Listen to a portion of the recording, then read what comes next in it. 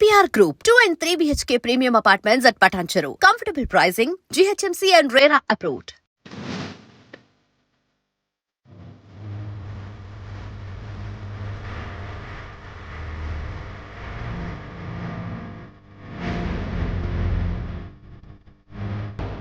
Big breaking. మనకు తెలుసు కదా, గతంలో కూడా చాలా పరువు హత్యలు జరిగినాయి. అందులో భాగంగానే ఇప్పుడు కూడా మరోసారి ఇంకో పరువు హత్య జరిగింది. అది ఏంటి అంటే అమీన్పూర్లో, దట్టు సంగారెడ్డి అమీన్పూర్లో ఒక అబ్బాయిని, సాయి అనే అబ్బాయిని పిలిచి, కేవలం బీటెక్ సెకండ్ ఇయర్ మాత్రమే చదువుతున్నాడు, ఆ అబ్బాయిని మాట్లాడుకుందాము రా అని పిలిచి, ఇప్పుడు ఈ అబ్బాయి ఇంకొక అమ్మాయి ప్రేమించుకున్నారు అనేటువంటిది ఇప్పుడు పెద్ద ఎత్తున మాట్లాడుతున్నటువంటి సిచ్యువేషన్ అయితే కనిపిస్తోంది. సో పూర్తిగా ప్రేమ వ్యవహారమే ఈ హత్యకు కారణం అనేసి ఇప్పుడు అబ్బాయి తరఫున ఎవరైతే పెద్దనాన్న ఉన్నారో ఆయన స్పష్టంగా చెప్తా ఉన్నాడు. కేవలం 20 సంవత్సరాలు, అమ్మాయికి కూడా ఆల్మోస్ట్ సేమ్ ఏజ్. ఇప్పుడు బీటెక్ సెకండ్ ఇయర్ అబ్బాయిది, అమ్మాయి ఏమో డిగ్రీ చేస్తూ డిస్కంటిన్యూ అయింది. సో వాళ్ళు అంటే స్కూల్ నుంచే ప్రేమలో ఉన్నారు. అందులో భాగంగా తరచుగా అమ్మాయి, ఇప్పుడు అబ్బాయి ఎక్కడైతే చదువుకుంటున్నాడో ఇక్కడే ఆయన ఇంజనీరింగ్, సెయింట్ పీటర్స్ ఇంజనీరింగ్ కాలేజ్లో చదువుతున్నాడు కాబట్టి అక్కడ హాస్టల్లో ఉంటున్నాడు. ఆయన దగ్గరికి తరచుగా వచ్చేది. వీళ్ళిద్దరు కూడా ప్రేమలో ఉన్నారు అనేది వాళ్ళ ఫ్రెండ్స్ కానీ చాలామందికి, వీళ్ళ అంటే అమ్మాయి వాళ్ళ బంధువులకు కూడా తెలిసినటువంటి విషయమే. ఇక్కడ ఏంటి అనంటే క్యాస్ట్. ఇప్పుడు అబ్బాయి వాళ్ళది పెద్ద క్యాస్ట్ అనేటువంటి మాట వాళ్ళ పెద్దనాన్న స్వయంగానే చెప్తున్నాడు, అంటే రావుస్. అండ్ అమ్మాయి వాళ్ళు కొంత చిన్న స్థాయికి సంబంధించిన వ్యక్తులు అని వాళ్ళే ఒప్పుకునే దీంట్లో ఉన్నారనమాట. అందులో భాగంగా ఇప్పుడు అమ్మాయి వాళ్ళు ఏం చేశారంటే, అమ్మాయి వాళ్ళ మమ్మీ ఆమె ఈ అబ్బాయికి కాల్ చేసి, మాట్లాడుకుందాం రా, ఏంటి అసలు మ్యారేజా, లేకపోతే అసలు మీ వ్యవహారం ఏంటిది, అసలు మీ ఫ్యూచర్ ప్లాన్స్ ఏంటివి, నువ్వేమో చూస్తేనేమో కేవలం బీటెక్ సెకండ్ ఇయర్ చదువుతున్నావు, మా అమ్మాయి ఏమో డిగ్రీ డిస్కంటిన్యూ అయిపోయింది, అసలు మీ ప్రేమ వ్యవహారం ఏంటి, అసలు ఏంటి, మాట్లాడుకుందాం రా అని పిలిపించారు అని ఒక వర్షన్. తర్వాత ఇంకోటి వాళ్ళ ఫ్రెండ్స్ చెప్తున్నది ఏంటి అని అంటే, అమ్మాయి ప్రెగ్నెంట్ కాబట్టి ఈ వ్యవహారం చాలా సీరియస్ అయిపోయింది, రా అబ్బాయి అని ఆ అబ్బాయిని పిలిపించారు, ఆ అమ్మాయి వాళ్ళ మమ్మీనే పిలిపించారు అనేది ఇంకో వర్షన్ వినిపిస్తోంది. పిలిపించిన తర్వాత ఏం చేశారు, యాక్చువల్లీ ఈరోజు బయటకు వచ్చింది విషయం, కానీ నిన్ననే అబ్బాయిని ఆల్ ఆఫ్ సడన్ 11:30 ఆ ప్రాంతంలో నువ్వు అర్జెంటుగా రా, మా మమ్మీ నీతో మాట్లాడాలి అని అంటున్నారు, అమీన్పూర్కి వచ్చేయని అమ్మాయి తరఫున ఎవరైతే వాళ్ళ మమ్మీ ఉందో ఆమె పిలిపించడం జరిగింది. పిలిపించిన తర్వాత అక్కడ అబ్బాయిని పూర్తిగా కట్టేసి భయంకరంగా కొట్టిన ఆనవాళ్ళు ఉన్నాయి, అబ్బాయి శరీరం మీద తీవ్ర గాయాలున్నాయి, కావాలనే పిలిపించి చంపేశారు అని అబ్బాయి తరఫున బంధువులు, వాళ్ళ పెద్దనాన్న, అట్లాగే వాళ్ళ ఫ్రెండ్స్ ఆరోపిస్తున్న సిచ్యువేషన్ అయితే కనిపిస్తోంది. నా పేరు దినేష్, నేను సెయింట్ పీటర్స్లో సెకండ్ ఇయర్ చదువుతున్నాను. శివ నా బెస్ట్ ఫ్రెండ్. శివ అనే ఆయనని శ్రీజ అనే అమ్మాయి ఇద్దరు ప్రేమించుకున్నారు. మధ్యలో శ్రీజ అనే అమ్మాయి కూడా చాలాసార్లు ఇంట్లో నుంచి బయటికి రావడం అనేది జరిగింది. ఇట్లా పెళ్లి చేసుకో అని చెప్పి తీసుకోవో అనుకుంటా శివాని ఇబ్బంది పెట్టడం కూడా జరిగింది. ఇక ఒక్కసారి అయితే శివ బండి కూడా గుంజుకోవడం జరిగింది. ఆ పిల్లవాళ్ళ ఇంట్లో వాళ్ళు 1-2 సార్లు పిలిచి బండి ఇస్తామనే మా కన్వర్జేషన్ కూడా వాళ్ళిద్దరి మధ్యలో అయ్యింది. ఇక ఈసారి ఆ అమ్మాయి ఇట్లా ప్రెగ్నెంట్ అని పిలవడం జరిగింది. మరి వాళ్ళు చెప్పడం వరకు అయితే అమ్మాయిని కొడుతుంటే అడ్డెళ్ళాడని చెప్పి బ్యాట్తో కొట్టాడని తెలిసింది మాకైతే వాళ్ళ ద్వారా. కాకపోతే చూస్తే ఒంటి మీద అయితే చాలా గాయాలు ఉన్నాయి, బ్యాట్తో కొట్టిన గాయాలు అయితే కాదు, ఇంకా వేరే వాళ్ళు హస్తాలు కూడా ఉన్నాయని మేము అనుకుంటున్నాము. మాకు కావాల్సిన న్యాయం ఏంటంటే, ఇక్కడ మాకు ప్రాణం పోయింది, ఆ ప్రాణంకి అయితే డబ్బులు కట్టినా ఏం చేసినా అయితే ప్రాణం అయితే ఎంటకి రాదు మళ్ళీ. ఇక న్యాయం ఏమన్నా చేసేది ఉంటే వాళ్ళ ఫ్యామిలీకి చేయాలని మేము కోరుకుంటున్నాం అంతే. నేను జ్యోతి శ్రావణ్ సాయి వాళ్ళ ఫ్రెండ్ మురళిని ఇక్కడ ఉన్నాను. నిన్న పొద్దున జ్యోతి శ్రావణ్ సాయి వాళ్ళ గర్ల్ ఫ్రెండ్ అనే ఆమె, శ్రీజ అనే ఆమె ఫోన్ చేసి శివాని పిలవడం జరిగిన పక్షంలో ఇతను వాళ్ళ ఇంటికి వెళ్ళిండు. వాళ్ళ ఇంటికి వెళ్ళిన తర్వాత వాళ్ళ తల్లిదండ్రులు కలిసి కొట్టి జ్యోతి శ్రావణ్ సాయి మరణించాడు. ఈ క్రమంలో, వాళ్ళు కొట్టిన క్రమంలో జ్యోతి శ్రావణ్ సాయి మరణించాడు. ఇంతకు ముందు ఒకసారి మేమిద్దరం అదే ఇంటికి వాళ్ళ ఇంటికి వెళ్ళినప్పుడు మా ఇద్దరికి వాళ్ళ మామ అనే అతను మా ఇద్దరికి కత్తులు చూపెట్టి భయపెట్టాడు. మేము ఆ రోజు నేనున్నానో ఇంకేమన్నానో ఏం మీద చెయ్యి ఏమి వేయలేదు. వాళ్ళ మామయ్య అయితే వాళ్ళ అమ్మగారు ఆ రోజు కూడా జ్యోతి సావంత్ కొట్టారు. జ్యోతి సావంత్ కొట్టి చంపేయడం జరిగింది. ఇవాళ పొద్దున వాళ్ళ అమ్మగారు కాల్ చేసి శివ వాళ్ళ పెద్దనాన్నకి కాల్ చేసి ఇట్లా హాస్పిటల్లో ఉంది బాడీ వచ్చి తీసుకుంది అన్నట్టుగా మాట్లాడారంట. ఎందుకు పిలిచారంటే పిలిచిన పక్షం ఏమంటే నేను ఇట్లా ప్రెగ్నెంట్ అని చెప్పి పిలిపించారంట. ప్రెగ్నెంట్ని ఇంట్లో మాట్లాడదాం రా మేము మాట్లాడతాం అని చెప్పి పిలిపించారు వాళ్ళ ఇంట్లో వాళ్ళు.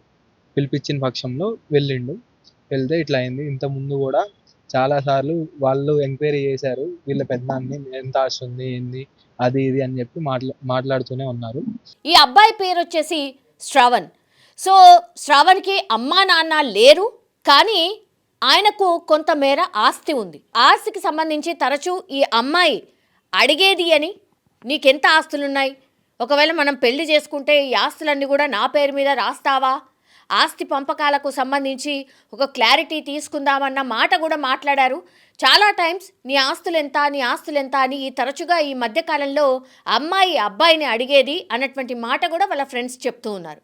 సో ఏం జరిగిందో ఏంటో తెలియదు, కానీ లాస్ట్కి వస్తే నిన్న అబ్బాయిని వాళ్ళ ఇంటి దగ్గరికి పిలిపించుకొని ఇంటి దగ్గర ఇద్దరు, అంటే అమ్మాయి వాళ్ళ అమ్మ ఏం చెప్తుంది అంటే చాలా స్కెచ్ చేసి ప్లాన్ చేసినట్టుగా అనిపిస్తోంది ఇన్సిడెంట్ అంతా చూస్తే. అమ్మాయి నుంచి కాల్ చేపిస్తారు అబ్బాయికి, అబ్బాయి ఏమో హుటాహుట్న ఇంటికి వస్తాడు.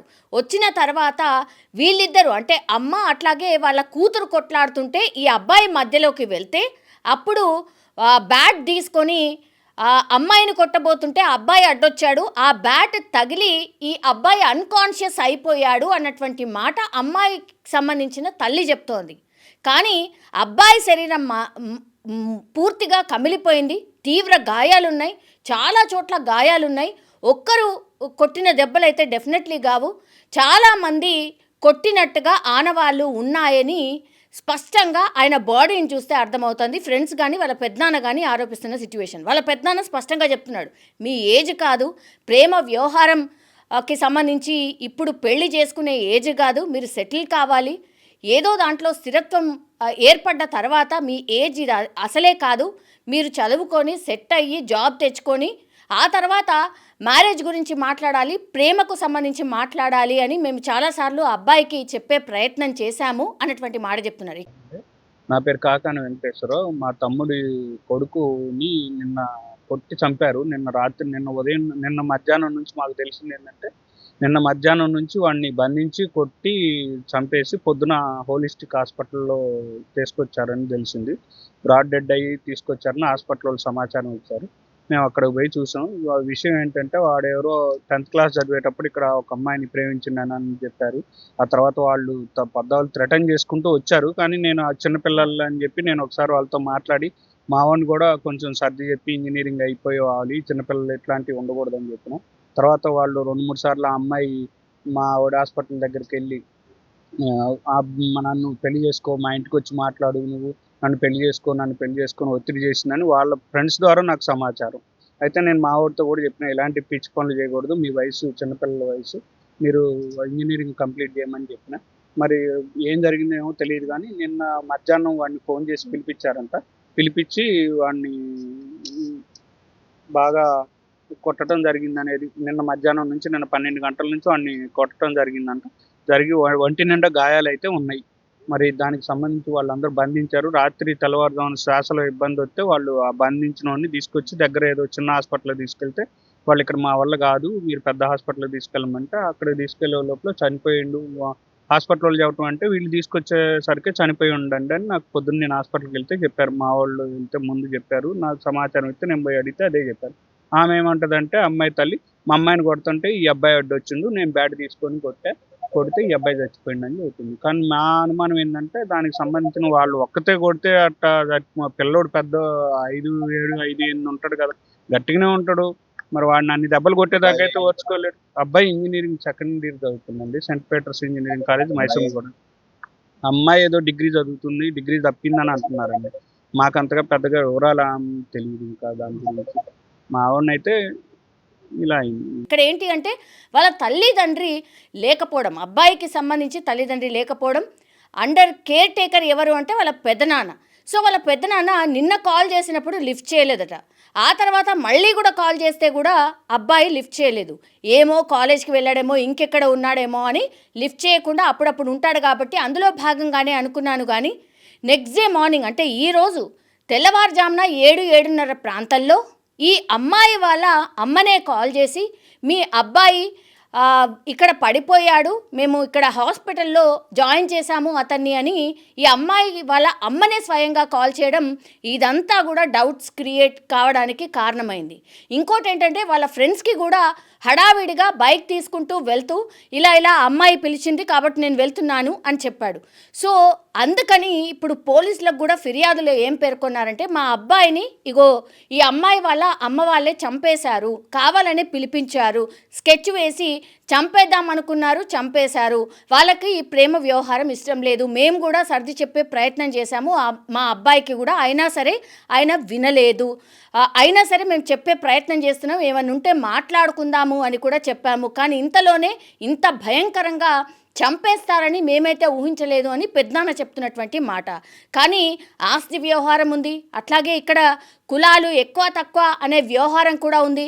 అమ్మాయి వాళ్లకు అసలే ఇష్టం లేదు అబ్బాయి అని అంటే సర్ది చెప్పడమో, పోలీసుల దగ్గర కూర్చోవడమో, ఇంకోటో చేసి పరిష్కరించుకోవాలి. కానీ ఇట్లా చంపడం ఏంటి అనేది ఇప్పుడు ఎవరు ఈ అబ్బాయి వాళ్ళ పెద్దనాన్న మాట్లాడుతున్నటువంటి పరిస్థితి కనిపిస్తోంది. కానీ అత్యంత దారుణము, పాపం 20 సంవత్సరాలు మాత్రమే ఉన్నాయి అబ్బాయికి. ప్రేమ వ్యవహారం ఇదంతా కూడా తెలీదు, అంత అండర్స్టాండింగ్ పవర్ కూడా ఈ ఏజ్లో రాదు.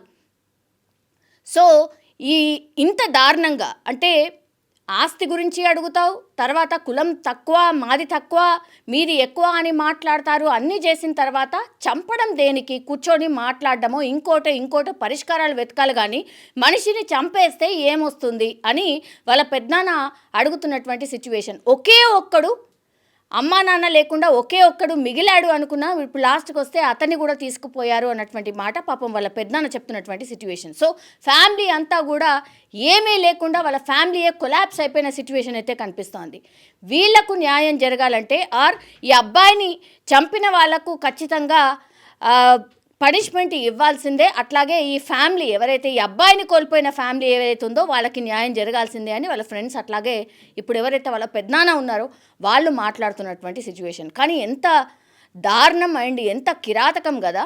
మీకు ఇష్టం లేకపోతే మాట్లాడే ప్రయత్నం చేయండి, లేకపోతే ఇంకా ఎన్నో మార్గాలు ఉన్నాయి. 20 సంవత్సరాల అబ్బాయిని అంత దారుణంగా నమ్మించి పిలిపించి చంపడం ఏంటి? ఇది ఇప్పుడు అందరూ మాట్లాడుతున్నటువంటి సిచ్యువేషన్. పాపం ఆ అబ్బాయి కూడా అనుకోలేదు కావచ్చు, ఏదో హరిబరిగా పిలిచారు కదా, అయ్యో ఏమై ఉంటుందో అని ఆయన వెళ్ళడమే ఇప్పుడు ఈ హత్యకు కారణంగా మనం భావించే సిచ్యువేషన్ అయితే కనిపిస్తోంది. పాపం అన్యాయంగా ఒక అబ్బాయి ప్రాణం అయితే ఈ ఘటనలో పోయింది అనుకోవచ్చు.